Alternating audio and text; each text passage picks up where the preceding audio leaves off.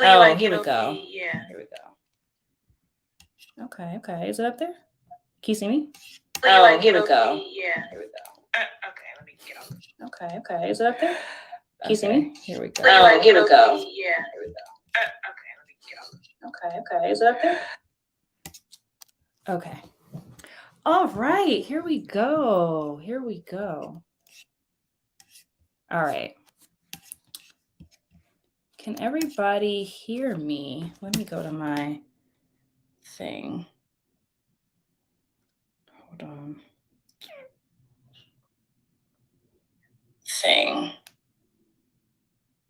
Okay. All right. I'm going to assume that you guys can hear me because I can hear myself on my phone. All right. So this is my very, very first live stream. So I'm excited. I'm going to turn this off right now. It's on.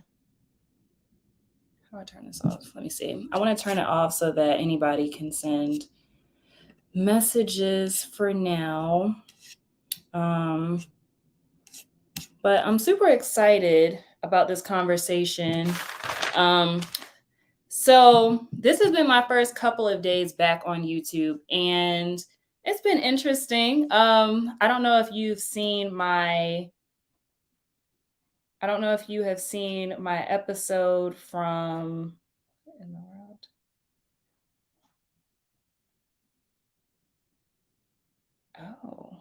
Oh, so you can edit this as it's up there. Okay. So I don't know if you guys watched my episode from Thursday, but hopefully you have. This has been, like I said, my first couple of days back here, and I'm super excited to do this live stream today because I have some stuff that I want to talk about. So I know that some people up here are coming from We Need to Talk. Some people are probably here from YouTube and Instagram, not YouTube, from Instagram. Give me 1 minute. I just want to. Nope, not gonna worry about it. Okay. All right. Thank you for tuning in. If you're here, thank you for tuning in. If you're watching this on the replay, then welcome. I encourage you to go ahead and leave a comment. Let me know that you're here. So the why. Let's get into it. Let's talk about why I'm here. Why are we doing this? So when I decided that I wanted to come back to YouTube, I didn't know what I was going to talk about. I didn't know. I knew I felt like pulled to be here, but I didn't know exactly what the content was going to look like, what I was going to talk about. And I didn't know. If you look at my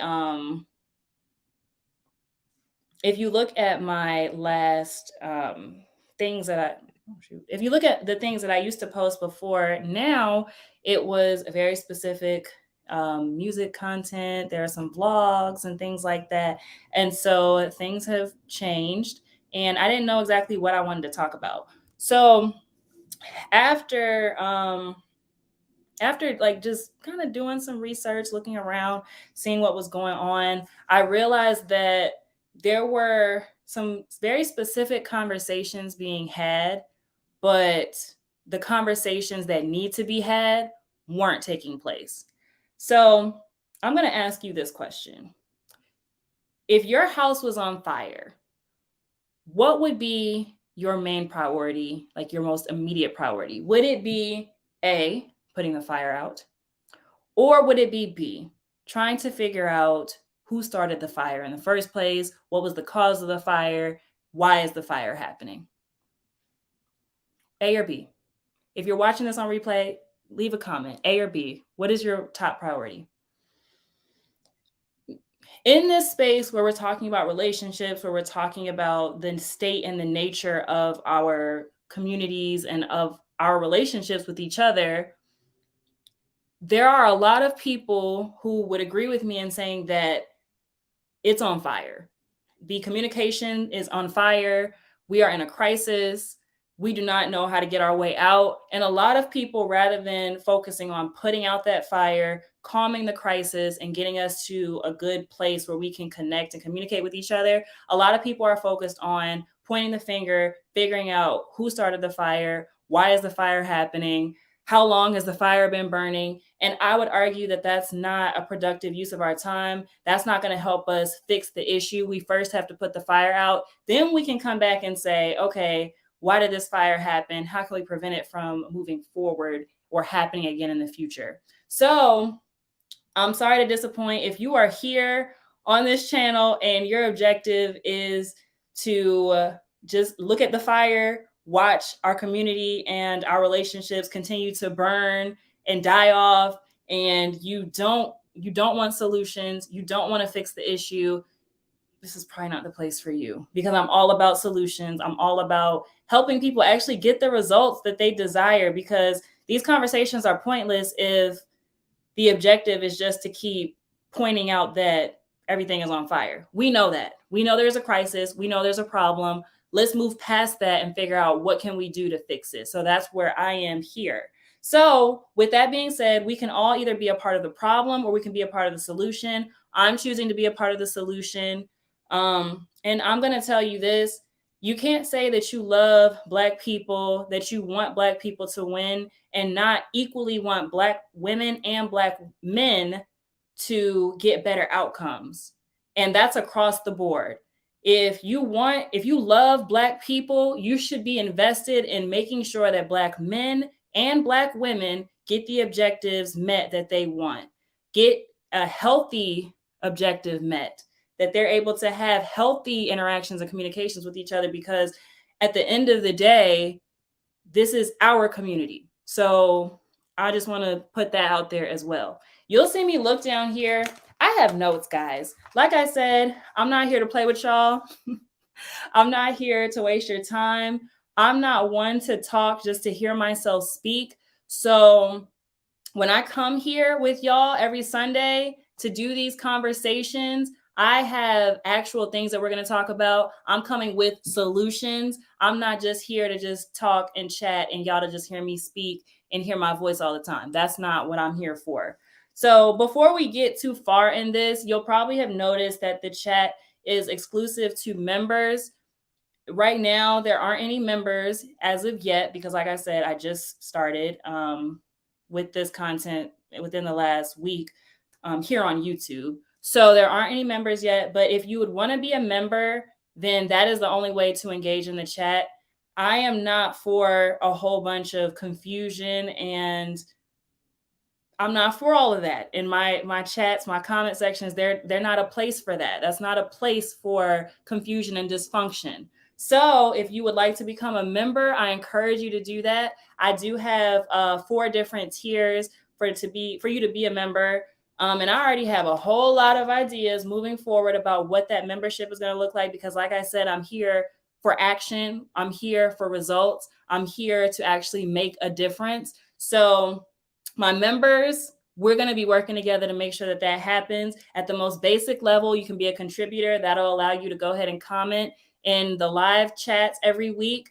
That's only $2.99 a month. So if you want to do that, then I encourage you to join. I encourage you to join and then hop in these comments, and we're going to talk today. Our conversation for today is A1. So I'm super excited about that. You could be a VIP member, and those 2 levels are if you just want to get to know me. Y'all don't really know me that well. So if you're still trying to get to know me, you're like, I want to engage in this conversation, but I don't really know you like that to invest a whole lot of money. I get it. I get you.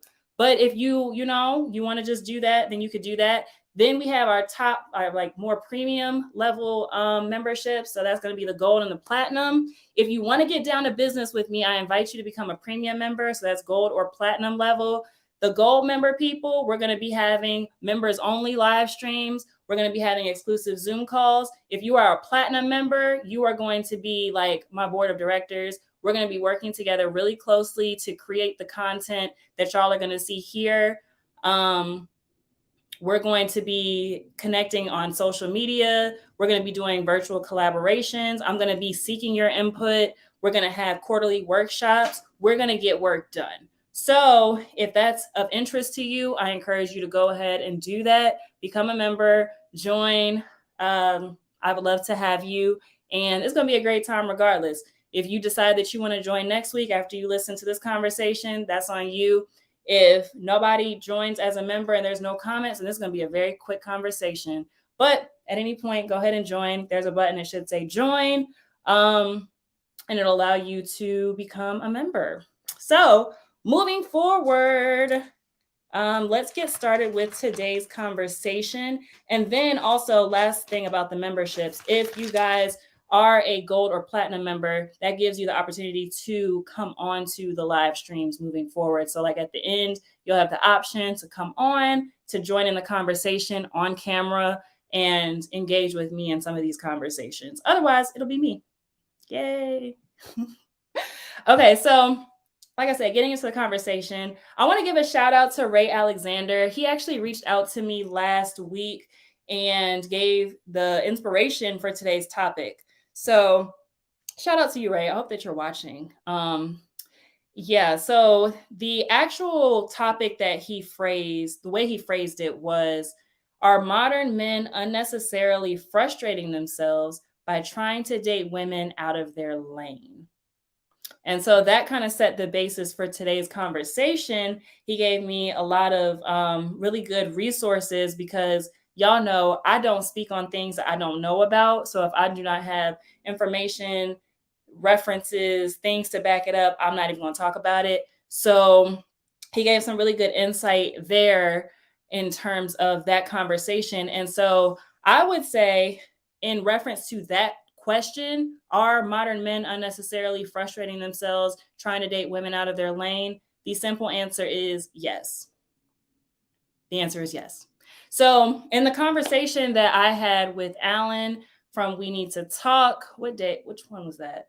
I think it was the interview that I did with just like the one-on-one interview. I think we talk about the fact that men have a desire to be attractive to a quantity, as large quantity of women as possible, whereas women want to be attractive to the highest level man. So if we're talking about within the kingdom, we want the man that is the king versus with the man, the king, wanting to be attractive to the most women throughout the kingdom. So he has more options essentially.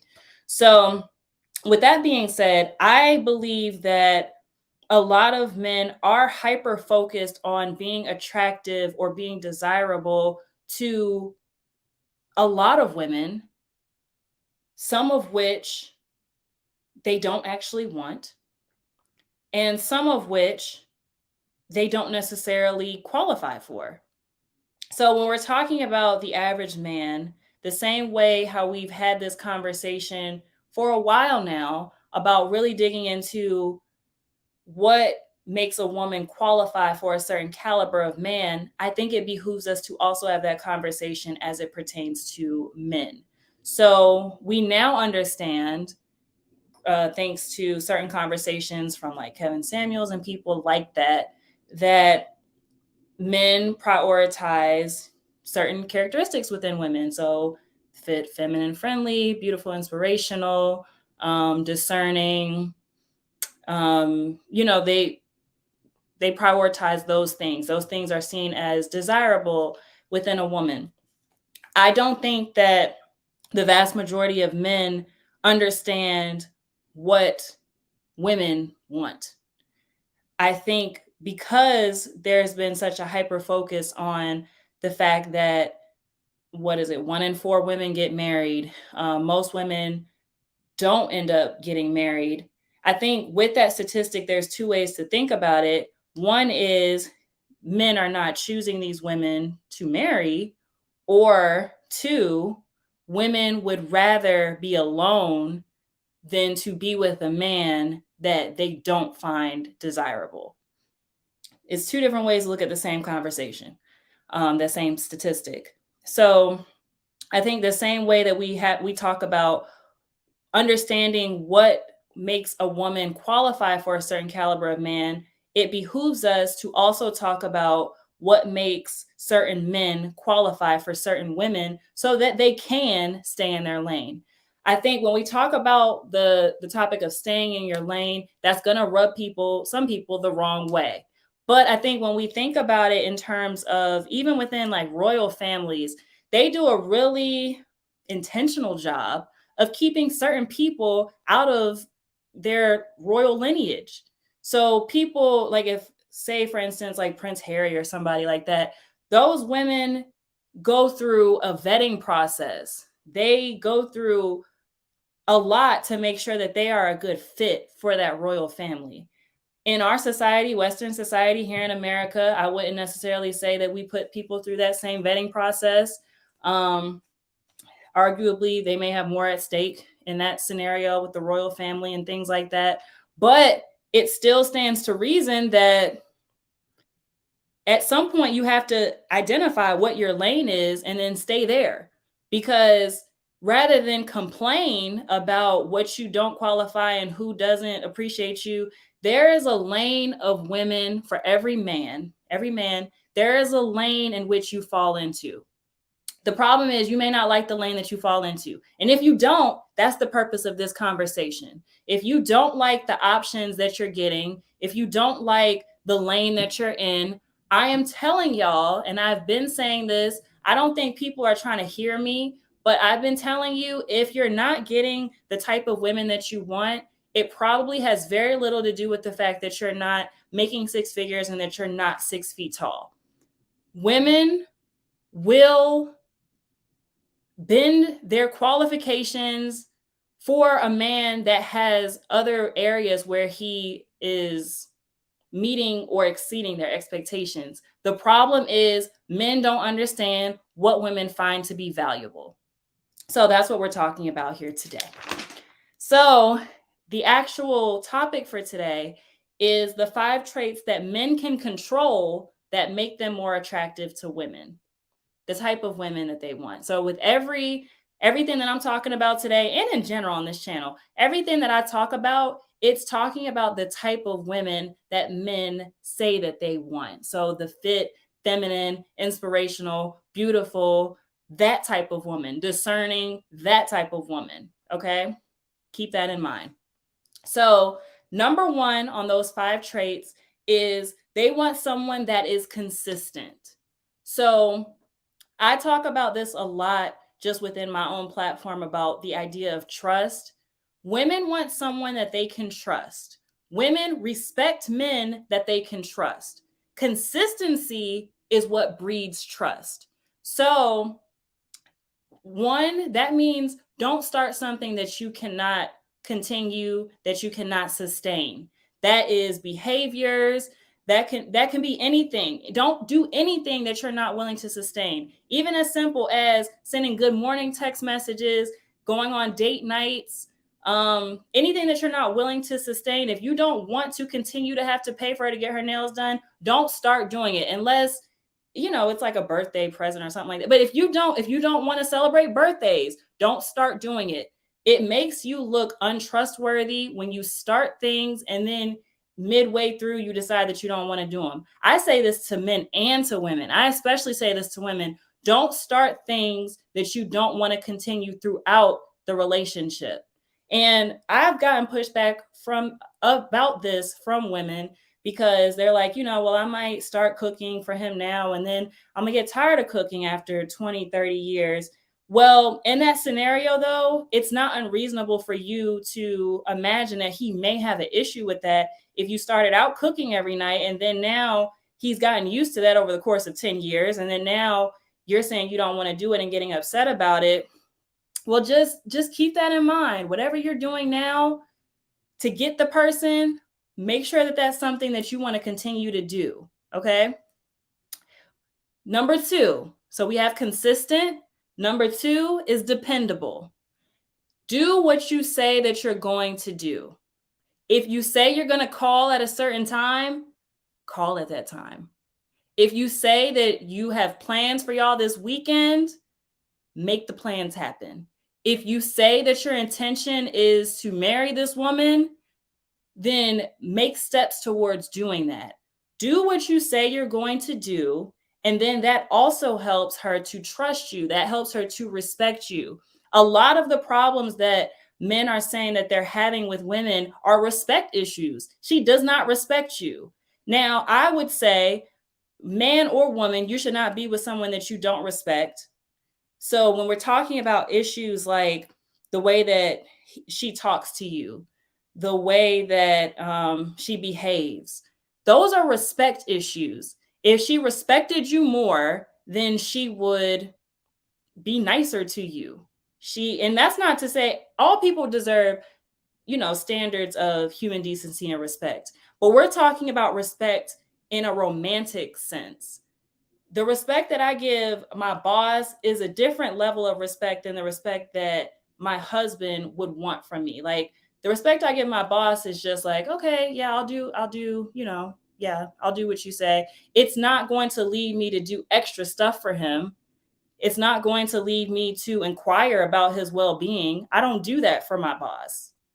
It's a basic level of respect where I do what's required of me. But in a romantic setting, you want someone to do more than what's required of them, because that's what a relationship is. It's not just doing the requirements. It's about going out of your way because of the way that you value that person. And I think respect has a lot to do with that. If I believe that you're consistent as it pertains to me, if I believe that you are dependable as it pertains to me, then I respect you more. Okay. Thank you, Ray. I'm glad to see that you're here. Thank you so much again for suggesting this topic. I'm so happy that you're engaged in the chat as well. Welcome. Okay, so then moving on to communicative, that is number 3 of the 5 traits. So that is definitely something that men can control. And I made a statement about this in an interview that I did last week. I think it was Thursday or Wednesday. And I said that I think one of the problems that we're seeing here in the dating pool and, just in relationships with one another is that you have more communication happening, but we have not improved upon our communication skills. So it's easy for someone to start a YouTube channel, to start a podcast, and to just start talking and to just say whatever they want to say. And, we're able to hear different perspectives from different people. We're able to share knowledge and opinions and all of these different things, but we haven't improved our communication skills. We don't know how to relate to someone on a level where they can understand and where they're able to receive, and for the information that we're trying to say will resonate with them. And so that's on us. We have to do better with that. But women respect men that set expectations and that treat her how they want to be treated. So a lot of times we have all of these expectations, all these boundaries that we have. We expect different things, and we're quick to check someone on what we expect them to do, what our requirements are. But a lot of us are not meeting our own requirements and expectations. And it's going to be very difficult for a woman to respect you if you are not also meeting the requirements that you have for her. So I cannot tell you, woman, that you should not be entertaining other men, but then I'm out here entertaining other women. That doesn't make sense. I can't tell you that when in the company of men, I expect you to conduct yourself in this way, but then when I'm in the company of women, then I get to conduct myself in a way that's different than that. That doesn't make sense. And women don't respect that. So if you want to be more attractive and desirable to the type of women that you want, you have to communicate expectations, but you also have to meet your own expectations. That breeds respect. So let's recap the 5 traits that men can control that make them more attractive to women. So far, we have done 3. So number 1, you have to be consistent. You need to only start things that you're willing to sustain. Number 2, you need to be dependable. You need to do what you say that you're going to do. And one thing that I didn't mention that I need to is that, and it goes hand in hand with dependable and communicative. If you can't meet whatever you have set, so if you say, we're going to go out to eat on Friday, we're going to do date night, or we're going to do Bible study on Wednesday, whatever you say that you're going to do, At the point where you know that you can no longer do that thing or you no longer desire to do that thing, you need to communicate that. Women are the women that you want, not all women, but the women that you want, they understand that sometimes things come up and they are out of your control. They do. However, it's unacceptable to not communicate when things change. You have to take accountability for that part. If things change, that is okay, but you have to communicate that. When you fail to communicate that, it comes across as you not being dependable, you not being consistent, and then me not being able to trust you. Okay. And then number 3, like I said, is communicative. So number 4, the fourth trait that men can control that would make them more attractive to the types of women that they want is that we need you to be considerate. I want y'all to really listen to this one because this is arguably my favorite one. I think it's one of the most important things that I've just said. She doesn't have to be a part of all of the decisions, but she needs to feel that her interests are considered in the decision-making process. So a lot of times men, of course, they want to lead. They want to be seen and respected as being capable and able to lead the household, lead the relationship. And I understand that 100%. I'm in agreement with you. Women don't need to be a part of the decision-making process. The only time the women that you want are going to insist on being a part of and sitting at the table while decisions are being made is if she feels like her interests are not valued and are not considered when the decision making is taking place. So she will respect you much, much more if you make her feel like her interests are being considered. It's kind of like when we think about the government.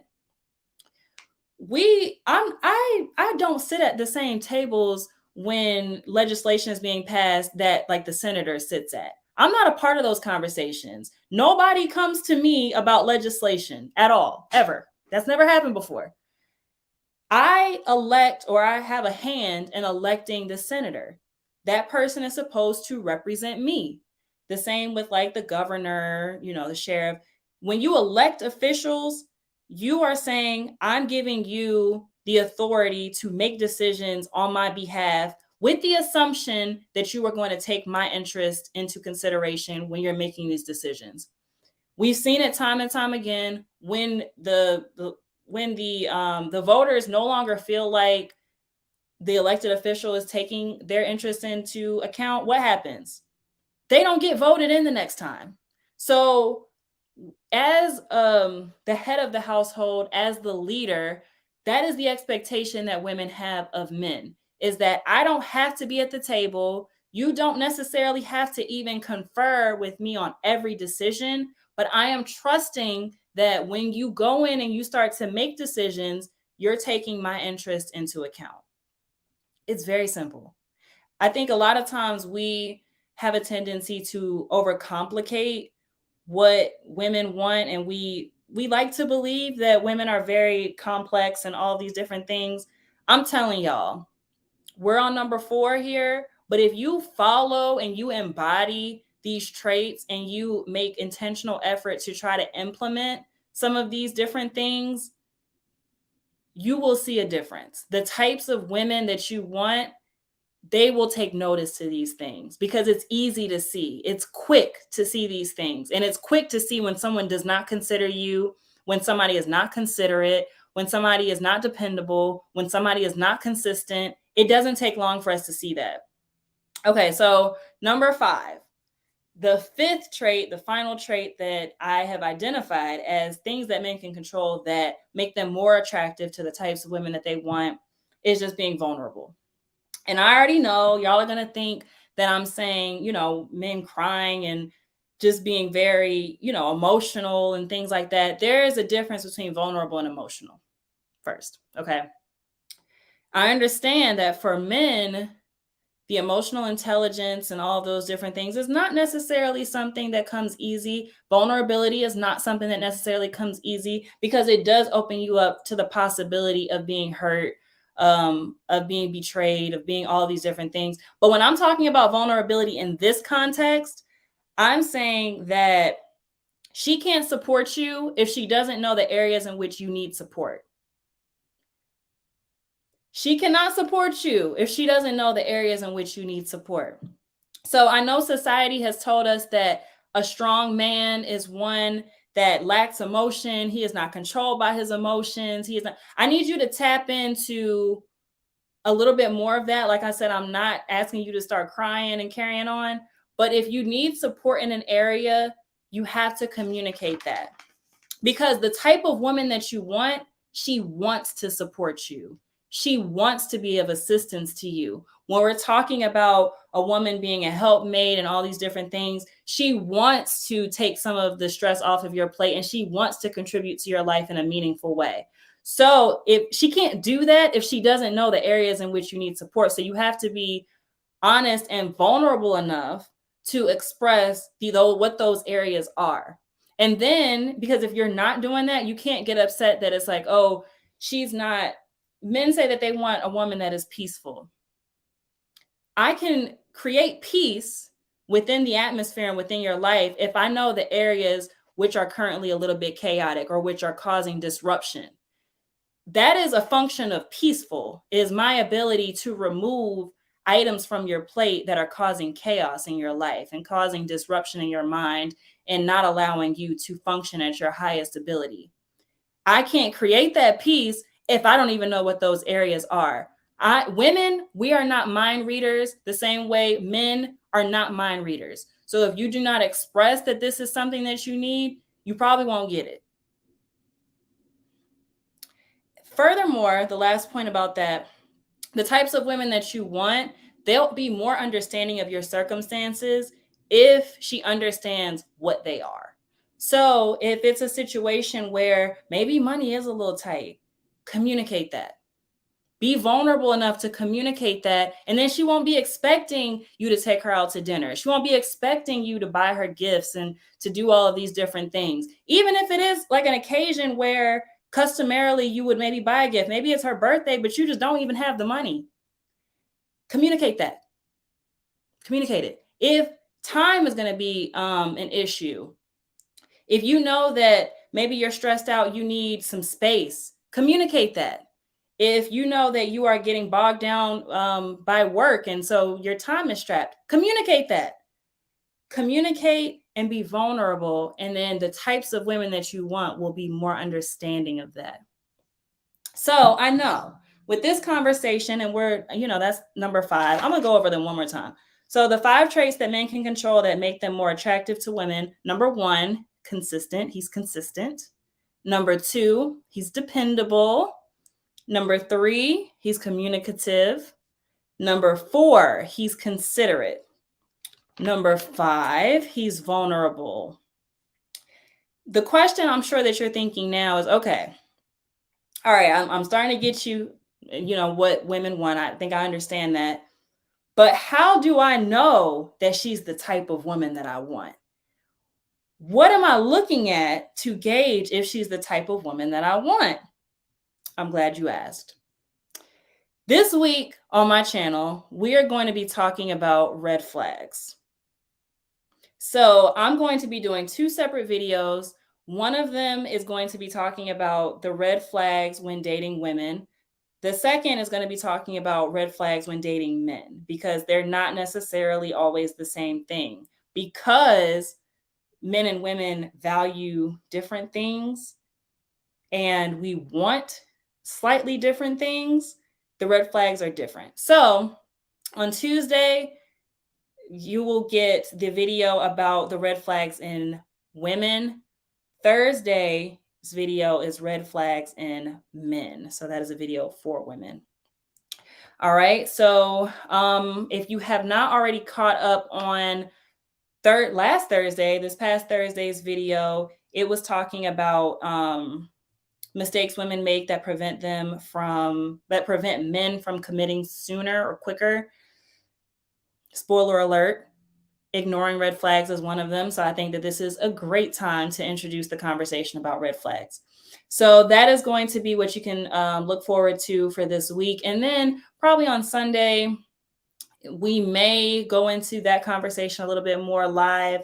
But if not, I will be introducing whatever Sunday's topic is a little later this week. So again, thank you, Ray, for suggesting this conversation. He also sent me a couple more topics, so we'll probably touch on some of those in some later streams as well.